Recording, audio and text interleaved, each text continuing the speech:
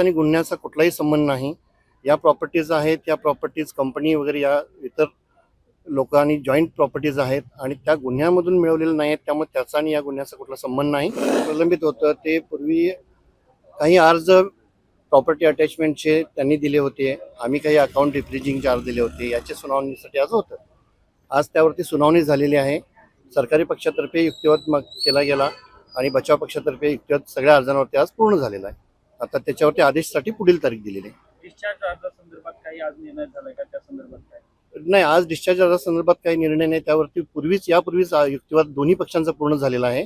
आता हे सगळे अर्ज जे आहेत ते आदेशाकरता पुढील तारीख दिलेली आहे. आपण प्रॉपर्टी जप्त करता येऊ शकत नाही असं युक्तिवाद केला. नेमका काय युक्तिवाद होता? आमचं म्हणणं आहे की या प्रॉपर्टीचा आणि गुन्ह्याचा कुठलाही संबंध नाही. या प्रॉपर्टीज आहेत, या प्रॉपर्टीज कंपनी वगैरे या इतर लोकांनी जॉईंट प्रॉपर्टीज आहेत आणि त्या गुन्ह्यामधून मिळवलेल्या नाही आहेत. त्यामुळे त्याचा आणि या गुन्ह्याचा कुठला संबंध नाही. त्यामुळे त्या प्रॉपर्टी अटॅच करता येणार नाहीत असं आमचं म्हणणं. टोटल किती प्रॉपर्टी आणि किती अकाउंट्स? नाही, असं सांगू शकत नाही. पण काही अकाउंट्स आहेत, काही मुव्हेबल प्रॉपर्टी आहेत, काही अनमुव्हेबल प्रॉपर्टी आहेत. पण त्याचा गुन्ह्याशी काही संबंध नाही असं आमचं म्हणणं. सर, कराड यांना नाशिकच्या कारागृहात हलवण्याची एक शक्यता वर्तवली जाते. काय नेमकं सत्य आहे? नाही, त्याबद्दल आमच्या तरी ऐकिवात काही नाही आणि ते प्रशासनाच्या अखत्यारीतल्या बाबी आहेत. त्याच्याविषयी आम्ही काही भाष्य नाही करू शकतो. काही असा अर्ज किंवा काही नाही, आम्ही काही अर्ज नाही केलेला. आमचा अधिकार क्षेत्रातच येतो.